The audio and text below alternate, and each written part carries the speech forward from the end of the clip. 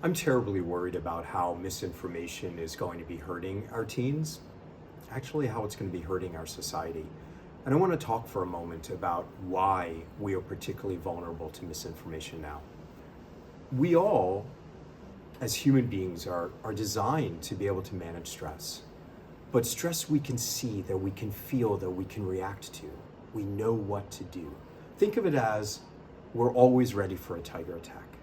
And when a tiger that we can see comes towards us, we know what to do. It's to run, to get out of there, or if we have the power to fight.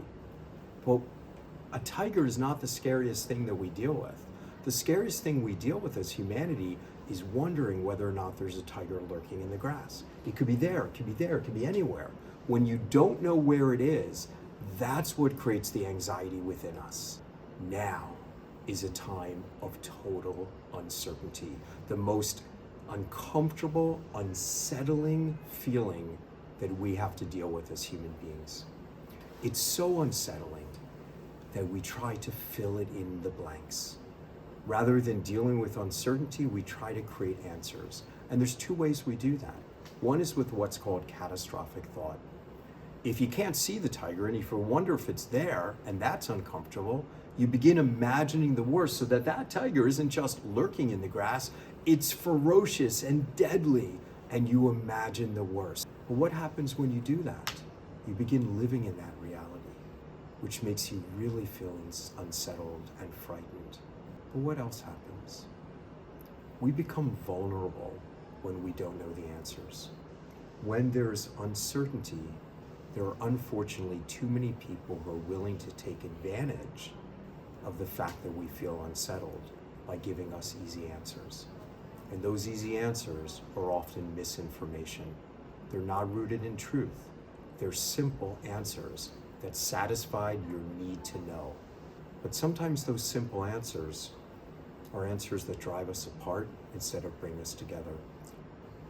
So we're vulnerable right now during a time of uncertainty to people who may not have our best interest at stake, but who only for their own reasons want to give us truths that aren't really accurate.